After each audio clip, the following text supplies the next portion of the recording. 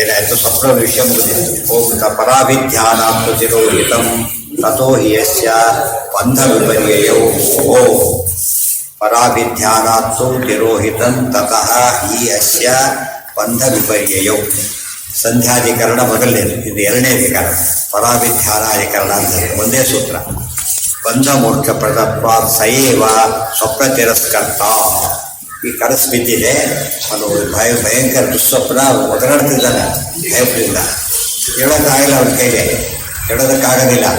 ಹಾಗೆ ನೋಡ್ತಿದ್ರೆ ಭಾರಿ ಗಮನ ಇಡ್ತಿದ್ದಾನೆ. ಎಚ್ಚರ ಕೊಡೋದು ಯಾರು ಮತ್ತೆ ಆಗ? ದೇವರೇ. ದೇವರೇ ಎಚ್ಚರ ಕೊಡೋದು. ಸ್ವಪ್ನ ಕೊಡೋದು ಅವರೇ, ಸ್ವಪ್ನ ಇದು ಮಾಡೋದು ಯಾರು? ದೇವರೇ. ಪ್ರತಿಯೊಬ್ಬರು ಹಾಕಿ ಸಿನಿಮಾ ನೋಡ್ತಾ ಇರ್ತಾನೆ, ತಾನು ಆನ್ ಮಾಡೋದಿಲ್ಲ, ಆಫ್ ಮಾಡೋದು ಇಲ್ಲ. ಯಾವುದೇ ನೋಡೋರ ಕೈಗೆ ಎರಡೂ ಇಲ್ಲ, ಗೊತ್ತಾಯ್ತಾ? ಆನ್ ಮಾಡೋಕ್ಕೂ ಬರೋದಿಲ್ಲ, ಆಫ್ ಮಾಡೋಕ್ಕೂ ಬರೋದಿಲ್ಲ.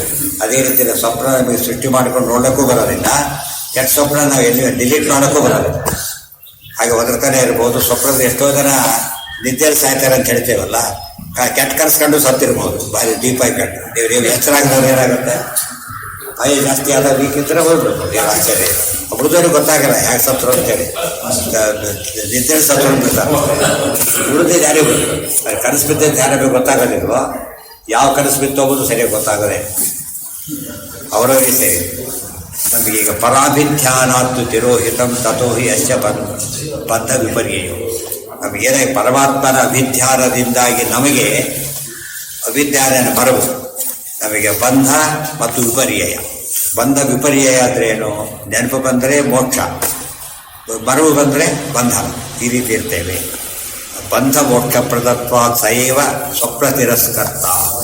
ಯಾವ ಬಂಧ ಕೊಟ್ಟ ಪರಮಾತ್ಮನೇ ಹೇಗೆ ದೃಷ್ಟಾಂತ ಇದೆ. ಬಂಧ ಕೊಟ್ಟ ಪರಮಾತ್ಮನೇ ಹೇಗೆ ಮುಕ್ತಿ ಕೊಡಬೇಕೋ, ಗೊತ್ತಾಯ್ತಾ? ಸ್ವಪ್ನ ಕೊಟ್ಟ ಪರಮಾತ್ಮನೇ ಸ್ವಪ್ನದಿಂದ ಎಚ್ಚರಣೆ ಕೊಡಬೇಕೆ ಹೊರತು ಬೇರೆಯಿಂದ ಕೊಡೋಕ್ಕೆ ಬರೋದಿಲ್ಲ. ಅರ್ಥ ಆಯ್ತಾ? ನಮ್ಮ ರೋಲ್ ಇಲ್ಲ. ಯಾರು ಬಂಧನ ಮಾಡಿರ್ತಾರೋ ಅವರೇ ಬಿಡುಗಡೆ ಮಾಡಬೇಕು. ಯಾರು ಬಂಧನ ಮಾಡಿರ್ತಾರೋ ಅವರು ಬಿಡುಗಡೆ ಮಾಡಿದ್ರೆ ಏನಾಗುತ್ತದೋ ಅಥೆಂಟಿಕ್. ಇಲ್ಲ ಅವನೇ ಬಂದ ತಪ್ಪಿಸ್ಕೊಂಡು ಬಂದರೆ ಮತ್ತೆ ಫೋಲೆ ಹಿಡ್ಕೊಂಡು ಮತ್ತೆ ಒಳಗಾಗ್ತಾರೆ. ಅವರೇ ಬಿಟ್ಬಿಟ್ರೆ ಸಮಸ್ಯೆ ಬರುತ್ತೆ. ಸ್ವಪ್ನ ಇಲ್ಲಿ ತಪ್ಪಿಸ್ಕೊಂಡು ಬರೋ ಚಾನ್ಸ್ ಇರುತ್ತೆ, ಸರಿ. ಇದು ಚಾನ್ಸೇ ಇಲ್ಲ.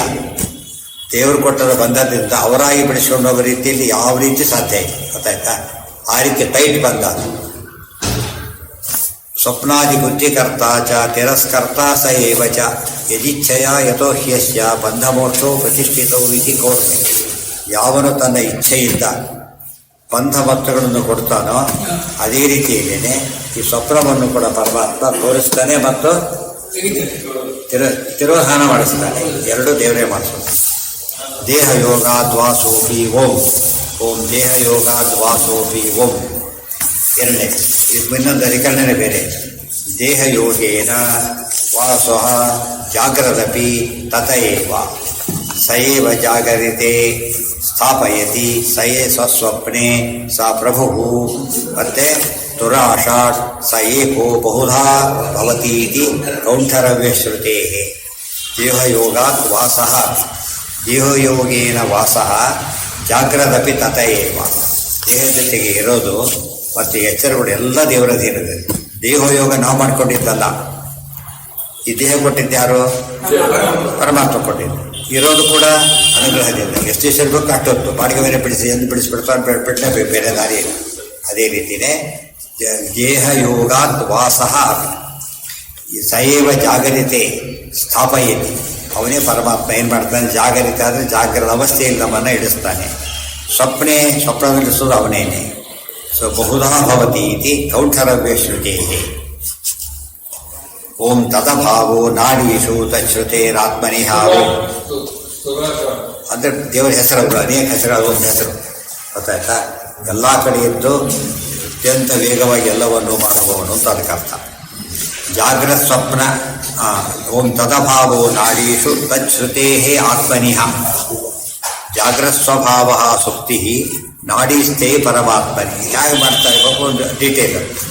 ಆಯಾ ನಾಡಿಗಳಲ್ಲಿ ಪರಮಾತ್ಮ ನಮ್ಮನ್ನು ಒಯ್ದಾಗ ಏನಾಗುತ್ತದೋ ತಾನು ಬಂದ ತಕ್ಷಣ ಆ ರೀತಿ ಎಫೆಕ್ಟ್ ಕ್ರಿಯೇಟ್ ಆಗುತ್ತೆ. ಗೊತ್ತಾಯ್ತಾ? ನಾವು ರಿಮೋಟ್ ಒತ್ತಿದ್ದಾಗ ಯಾವ ಚಾನಲ್ ಬೇಕೋ ಗೊತ್ತೀವಲ್ಲ, ಹಾಗೆ ಆ ರೀತಿಯಲ್ಲಿ ನಾಡಿ ಸಂಚಾರ ಅದು ಎಷ್ಟೊಂದು ನಂಬರ್ ಇರೋದು, ಆ ನಂಬರ್ ಗೊತ್ತಿದಂತೆ ಚಾನಲ್ ಕಾಣುತ್ತಲ್ಲ, ಆ ರೀತಿ ಪರಮಾತ್ಮ ನಾವೆಲ್ಲ ಕೇಳಿರ್ತೀವಿ. ಇಲ್ಲಿ ಜಾಗೃತ ಅವಸ್ಥೆಯಲ್ಲಿ ಎಲ್ಲಿರ್ತಾನೆ? ಕಣ್ಣೆ. ಆಮೇಲೆ ಸ್ವಪ್ನಾವಸ್ಥೆಯಲ್ಲಿ ನಿದ್ರಾವಸ್ಥೆಯಲ್ಲಿ ಹೃದಯ. ಈ ಮೂರರಲ್ಲಿ ಹೇಗೋ ಆ ರೀತಿ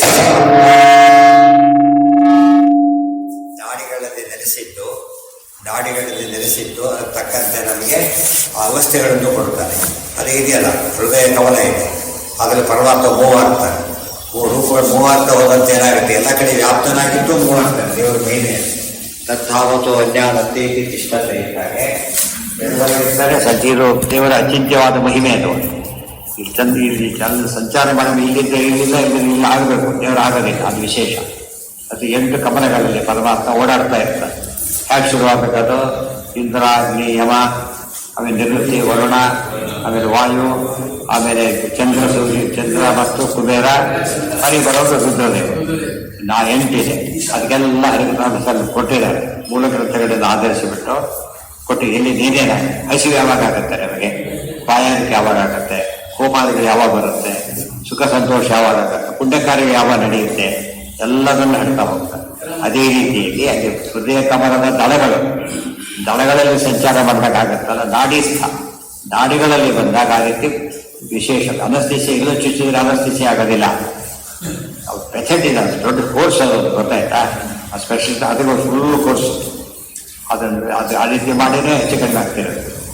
ಆ ರೀತಿ ಮಾಡ್ತಾರೆ. ಜಾಗ್ರತ್ ಸ್ವಪ್ನ ಅಭಾವ ಸುಪ್ತಿ ನಾಡಿಸ್ಥೇ ಪರಮಾತ್ಮನೆ. ಜಾಗ್ರತ್ ಸುದ್ದಿ, ಸ್ವಪ್ನ ಜಾಗ್ರದ ಎಚ್ಚರಿಕೆ ಮತ್ತು ಸ್ವಪ್ನದ ಎಚ್ಚರಿಕೆ, ನಿದ್ರೆ 5 ಹೇಳಿರೋದ್ರಲ್ಲಿ. ಜಾಗ್ರತ್ತು ಸ್ವಪ್ನ, ಜಾಗ್ರತ್ ಭಾವ, ಜಾಗ್ರದ ಭಾವ, ಸ್ವಪ್ನ ಭಾವ, ಸ್ವಪ್ನಾಭಾವ, ಸುಪ್ತಿ 2, 4, 5 ಇವೆಷ್ಟು ಕೂಡ ಏನಾಗಬೇಕು, ಆಯಾ ನಾಡಿಗಳಲ್ಲಿ ಪರಮಾತ್ಮ ಇಟ್ಟ ತಕ್ಷಣ ಏನಾಗುತ್ತದ ಆ ಅವಸ್ಥೆ ಬರಕ್ಕೆ ಶುರುವಾಗುತ್ತೆ. ಆ ನಿದ್ರೆ ಆಗ ನಿದ್ದೆ ಬರುತ್ತೆ ಅಂತ ಅಲ್ಲಿ ಹೊರಟುಬಿಟ್ಟ ಪರಮಾತ್ಮ ನಿದ್ದೆ ಹೊರಟ್ಬಿಡುತ್ತೆ ಅಷ್ಟ. ಆಸು ತದಾ ನಾಡೀಶು ಸುಪ್ತೋ ಭವತಿ. ಆಯಾ ನಾಡಿಗಳಲ್ಲಿದ್ದಾಗ ಜೀವ ಮಲಗ್ತಾನೆ. ಸತಾಂ ಸೌಮ್ಯ ತದಾ ಸಂಪನ್ನೋ ಭವತಿ ಇತಿ ಶ್ರುತೇ. ಆಗ ಸತ ಅಂದ್ರೆ ಪರಮಾತ್ಮ, ಸಂಪನ್ನ ಅಂದ್ರೆ ಕೂಡೋದು. ನಿದ್ರೆ ಬಂದಾಗ ಪರಮಾತ್ಮನ ಜೊತೆಗೆ ಸೇರ್ತಾನೆ, ಅಷ್ಟೇ ಹೇಳಿಬಿಟ್ರು. ರೂಪ ಹೇಳಿಲ್ಲ, ಪ್ರಾಜ್ಞಾ ಅಂತ ಬೇರೆ ಬೇರೆ ಹೇಳ್ತಾರೆ. ಸತ ಪರಮಾತ್ಮನ ಜೊತೆ ಕೂಡಿದಾಗ ನಿದ್ರೆ ಬರುತ್ತೆ ಅಂದರೆ ಪರಮಾತ್ಮನ ಪ್ರಾಜ್ಞಾ ರೂಪವನ್ನು ಬಿಡಿದಾಗ. ಧ್ಯಾನ ಮಾಡಬೇಕಾದ್ರೆ ನಿದ್ರೆ ಬರೋದಿಲ್ಲ. ಯಾಕೆ? ಪ್ರಾಜ್ಞಾ ರೂಪ ಅಲ್ಲ. ಯಾವ ರೂಪ ಧ್ಯಾನ ಮಾಡ್ತೀವಿ ಅಲ್ಲಿ ಹೋಗಿರೋದಿಲ್ಲ. ಪ್ರಾಜ್ಞಾ ರೂಪ ಧ್ಯಾನ ಬಟ್ಟಿದ್ದು. ಅದಕ್ಕೆ ನಿದ್ದೆ ಮಾಡೋದು ಏನು ಧ್ಯಾನ ಮಾಡಿರ್ತಾರೆ ಜಾಸ್ತಿ, ಎಲ್ಲ ನಿದ್ದೆನೂ ಆಗಲ್ಲ. ಸರಿಯಾದ ನಿದ್ದೆ, ಡಿಸ್ಟರ್ಬ್ ಸ್ಲೀಪು ಅವೆಲ್ಲ ಕೂಡ ಪೂರ್ತಿ ಕಾಂಟ್ಯಾಕ್ಟ್ ಅಲ್ಲ. ನಿದ್ದೆಯಿಂದ ಎದ್ಮೇಲೆ ಏನಾಯ್ತು, ನಾವು ನಿದ್ದೆಯಿಂದ ಎದ್ಮೇಲೆ ಕಪಿಲ್ ನಾಮಕನ್ ಪರಮಾತ್ಮನ ಸ್ಮರಣೆ ಮಾಡ್ಬೇಕಾ? ಎಲ್ಲ ಹೇಳಿದ್ದಲ್ಲ, ಮೊದಲು ಸ್ಮರಣೆ ಮಾಡಿ. ಈಶ್ವರ ರೂಪ ಯಾವುದೀಗ? ಈಶ್ವರ ರೂಪ ಫಸ್ಟ್ ಅಲ್ಲಿಂದ ಶುರು ಮಾಡೋದು. ಬೆಳಿಗ್ಗೆ ಕೂಡ ಹಾಗೇನೆ. ಯಾವ್ದು ನಿದ್ದೆ ಕಂಡುಬಿಟ್ಟು ಕಷ್ಟ ಕಾಣತಕ್ಕಂಥ ರೂಪ ಜಾಗ್ರದ ಅವಸ್ಥೆ ಬಂತಲ್ಲ, ಆ ರೂಪ ಹುಡುಗಲ್ಲ ಅನಂತ. ಅವ್ರು ಕೆಲವೆಲ್ಲ ಇಷ್ಟಪಡೋದು, ಬೇಕಾದದ್ದು ಅವೆಲ್ಲ ಬೇರೆ ಇರುತ್ತೆ. ಕಂಪಲ್ಸರಿ ಮಾಡ್ಬೇಕಾದ್ರದಲ್ಲ. ಮತಃ ಪ್ರಬೋಧೋ ಅಸ್ಮಾತ್. ಇಷ್ಟೆಲ್ಲ ಹೇಳಿಬಿಟ್ಟು ಮತ್ತು ಇಷ್ಟೆಲ್ಲ ಹೇಳಿದ್ದರಿಂದ ಅರ್ಥ, ಇಷ್ಟೆಲ್ಲ ಹೇಳಿದ್ದರಿಂದ ಪ್ರಬೋಧ ಅಸ್ಮಾತ್. ಪ್ರಬೋಧ ಅಂದ್ರೆ ಎಚ್ಚರ, ಪ್ರಬೋಧ ಅಂದ್ರೆ ಪೂರ್ಣ ಎಚ್ಚರ. ಪೂರ್ಣ ಎಚ್ಚರ ಯಾರಿಂದ? ಅಸ್ಮಾತ್, ಪರಮಾತ್ಮನಿಂದ, ಬೇರೆ ಯಾರಿಂದನೂ ಅಲ್ಲ. ಅರ್ಥ ಮಾಡಿಕೊಂಡ್ರೆ ಇದಿಷ್ಟು ಯಾರಿಗೆ ಹೇಳ್ತಿದ್ದಾರೆ?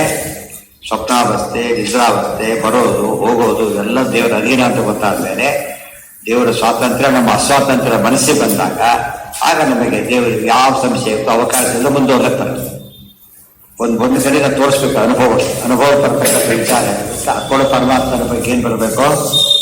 ಜ್ಞಾನ. ಅದು ಮಹಾತ್ಮ ಜ್ಞಾನ. ಏನು ಚೇಂಜ್ ಆಗುತ್ತದೋ ಭಕ್ತಿ ಆಗಿ ಕನ್ವರ್ಟ್ ಆಗಿದೆ.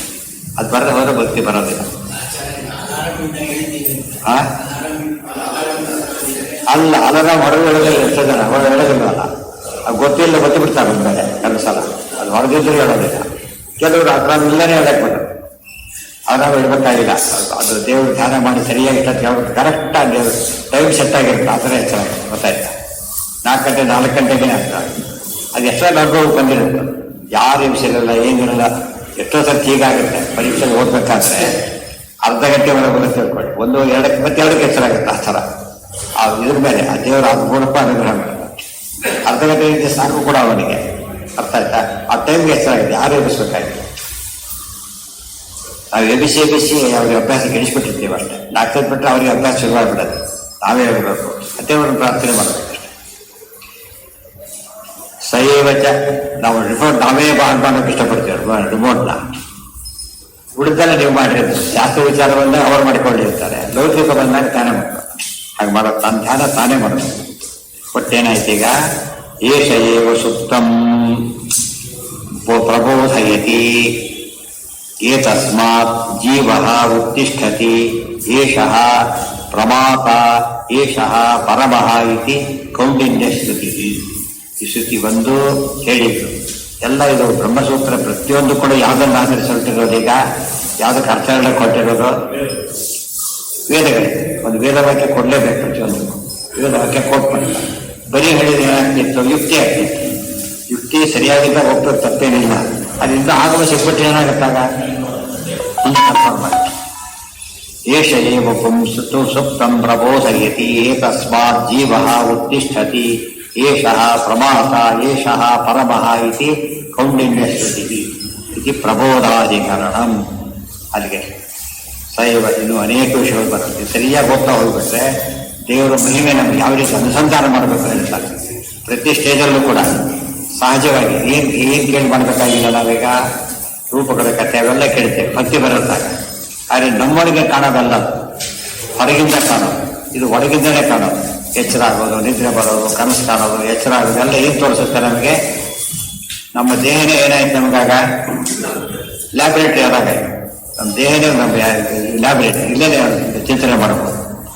ಅದು ಧ್ಯಾನ ಭಾರಿ ಅನುಕೂಲ ಆಗುತ್ತೆ. ಹೊರಗಿಂದ ನೋಡೋದ್ರಿಂದ ಜ್ಞಾನ ವಿಕಾಸ ಆಗುತ್ತೆ. ಆದರೆ ಧ್ಯಾನ ಮಾಡೋದ್ರಿಂದ ಅನುಭವ ಬರುತ್ತೆ. ಇದು ಏನು ಗೊತ್ತಿಲ್ಲ ಧ್ಯಾನ ಮಾಡಿ ನಿಜ ಬರುತ್ತೆ ಅಷ್ಟೇ. ಇದನ್ನು ಗೊತ್ತಿದ್ಬಿಟ್ರೆ ಏನಾಗುತ್ತದ? ಫುಲ್ ಕ್ಲಾರಿಟಿ ಇದೆ. ಸಚ್ಚ ಕರ್ಮ ಅನುಸ್ಮೃತಿ ಶಬ್ದ ವಿನಿಭ್ಯ ಇದೆಲ್ಲ ಬಿಡಿಸಿ ತೋರಿಸ್ತಾರೆ ಏನು ಅಂತೇಳಿ ನಾಳೆ